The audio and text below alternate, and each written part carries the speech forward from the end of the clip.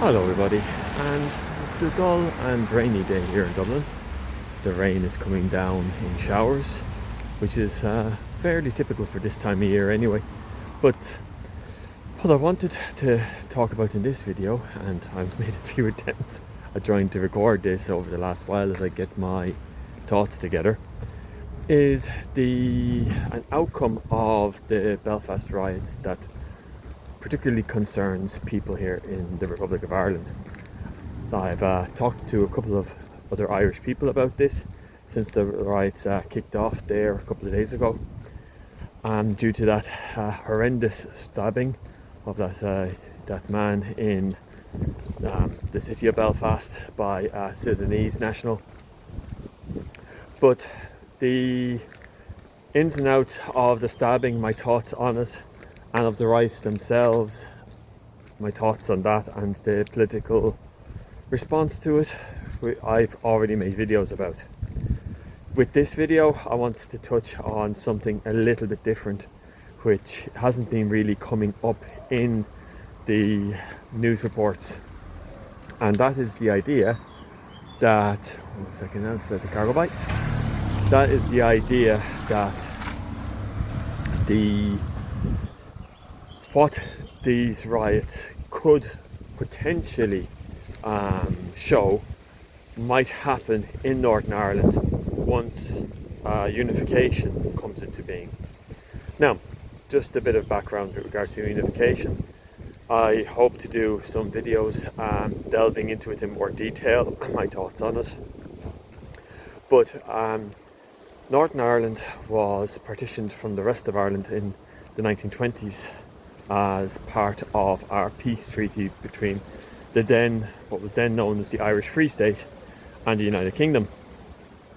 I've already gone into a video detailing the origins of Northern Ireland, but what's important here is that at the end of a sectarian conflict known as the Troubles, which took place from the late 1960s all the way to the late 1990s, an agreement was put into place called the Good Friday Agreement, which has basically kept the peace in Northern Ireland ever since. Now, a key element to that agreement was the idea that once evidence showed that a pro-Irish unified nation, if that sentiment became larger than leaving Northern Ireland united with the United Kingdom, once that came to be fairly certain, there would be a referendum on unification both north and south, and this referendum is known as a border poll. Now, as we could see over the last couple of days, a stabbing event which didn't take the life, thank God, of the young gentleman who was stabbed. If this causes such upheaval in Northern Ireland, especially in Belfast amongst the unionist community, we can only imagine how bad it's going to get if unification does get voted for. The scenes that we have seen over the last couple of days will be nothing compared to what is likely to happen if a yes vote comes in this border poll. And I know this is something that is quite worrying for a lot of people involved in planning for this unification, if it is to come in the next couple of years, which most analysts on the subject think that it will at least have a vote within the next 5 to 6 years. The way demographics are going in Northern Ireland, it looks more and more likely.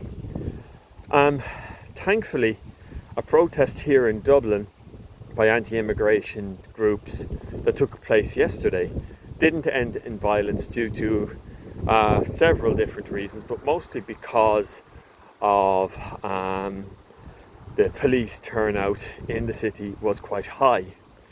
Nevertheless, it is something that we need to keep aware of and be aware of, that disruption of society in Northern Ireland, even something as, granted, horrific but low scale as a stabbing, will and more than likely cause huge amount of civil disruption.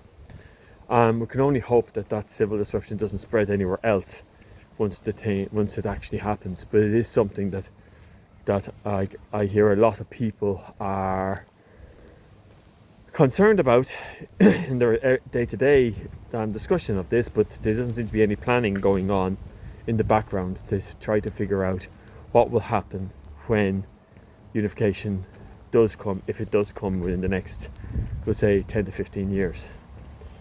At present, from what I could see from what went on in Belfast, particularly the first nights of the rioting, the security response hasn't been very adequate.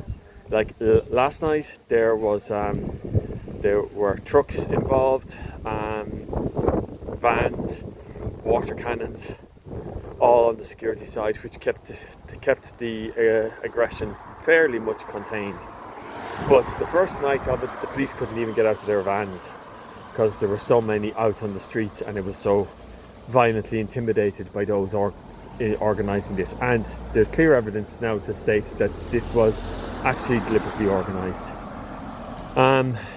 So there's a lot of work to be done.